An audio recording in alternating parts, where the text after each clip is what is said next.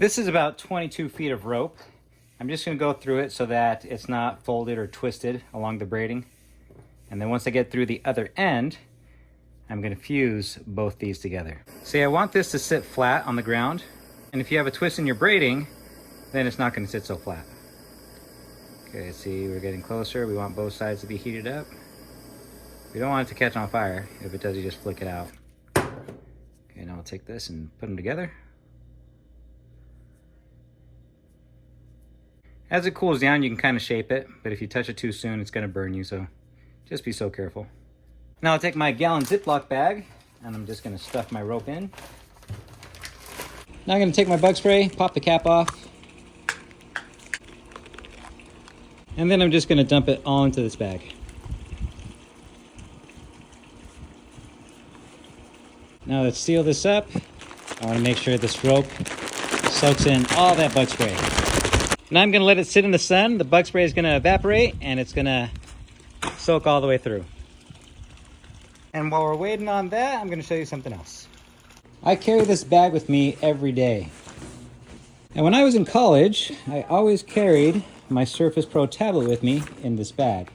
Now it does have a case that's supposed to help with the bumps, but I was just afraid that it was going to get messed up. So let me show you what I did. Inside the bottom of my bag, which doesn't have any padding, I would get a collection of rope going on. Whenever I do a hard set down on my bag, I'd always hear my notebook just clack on the ground, and I thought, oh man, that's not going to be good one day. Eventually I realized that the rope that I had for practice rope was just a great little buffer to keep it from hitting down on the ground. And so that is probably one of the longest lasting uses of rope, one of my unusual uses, that keeps my laptop from getting bumped up. And then if I happen to need some rope, I'll just reach to the bottom of the bag. And hopefully if I ever drop it, I'll be able to get my grappling hook out first. And here's a quick knot for you folks. This knot is commonly used in the wind turbine industry. We're gonna go down, down again, and now I'm gonna go underneath all the turns I did and pull it tight, okay? This is a scaffold knot. There we go, now I can cinch this up.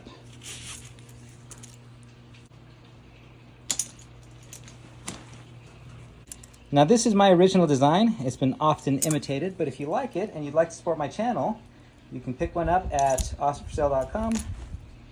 There's a link in the description. Okay, it's starting to puff up. Let's flip it over. Well, my daughter likes to lay out in the sun once in a while. The only problem is, so do the fire ants.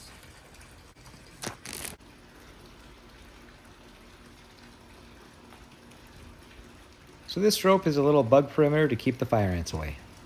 And when she's all done, it just goes right back in the bag. This next one was a little hard for me to believe, but it does make sense. I read a story about a guy who was in a car accident and he hit his face on the steering wheel. Now the impact was so hard that it crushed his nasal cavity. And how they repaired it was by taking rope, medical grade rope, stuffing it in the cavity and using that as a support structure until everything healed up. Now I'm thinking there's no way in the world you can just go to the hardware store and pack someone up so you can make them right again. But when I looked into it, I think it may be more like a gauze that they coat with petroleum jelly and then just shove it up into the cavity until everything's well. And then they can pull it out in a single strand. Makes sense. If you're in the medical field, maybe you could leave a comment. Let us know if this is something you've ever seen. Now this is the economy rope you get at the hardware store. I stay away from this stuff, but I do keep it on hand because of projects like this. These are some cabinets that I put in years ago, and let me show you where it came into play. If I'm ever in a spot where I need to put a bead of silicone sealant down my work and the gap is just too big, that's where this rope comes into play. So you can take a piece and pack it in as a backing. This is a little loose, so I might even do two. Or I'll pull out some of the inner strands and I'll fold those over so that I can pack everything in. Now there is a dedicated product for this stuff and it works a lot better, but in a pinch, I always turn to my economy rope. For this one, you have to use a natural fiber rope. So this is cotton and this is manila. Now you'll know that it's natural because with a synthetic rope, you can take a flame and you can melt the edge into a bead. See, the end is fused here and it's not going to come undone. Now this cotton rope, I suspect that the inner strand is synthetic. So let's see. No, I don't think it is. If it burns, it's more likely to be natural. If it melts, synthetic. And here's our manila.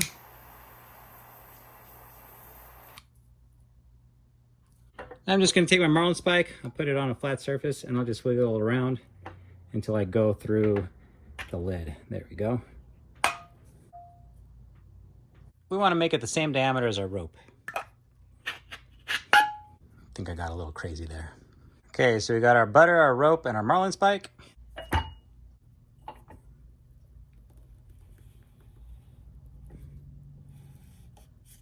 Run our cord back through.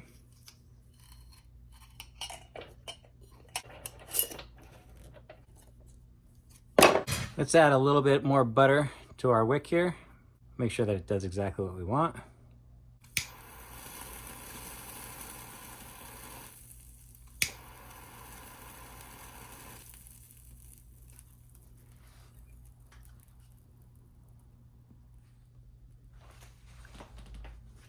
Since you're here, I'll tell you a little story about this picture by candlelight.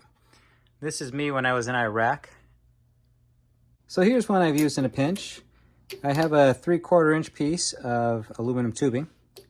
I'll place this into my lathe, open this up so that I can put a little piece of the cord in. There we go, like that. And slowly wrap it up. Okay.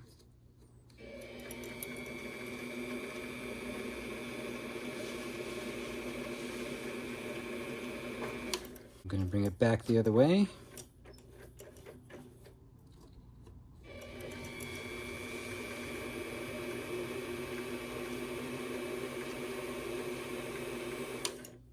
And I'll open this up. I'll put this piece of cord underneath and tighten it back down. That's stabilized here. Now I have some polishing compound that I'm going to apply to my paracord.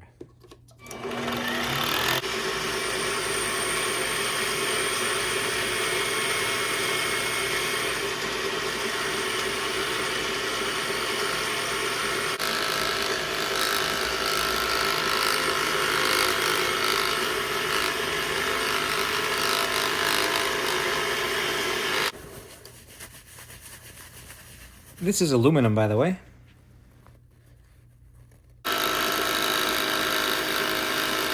And this one is made from stainless steel.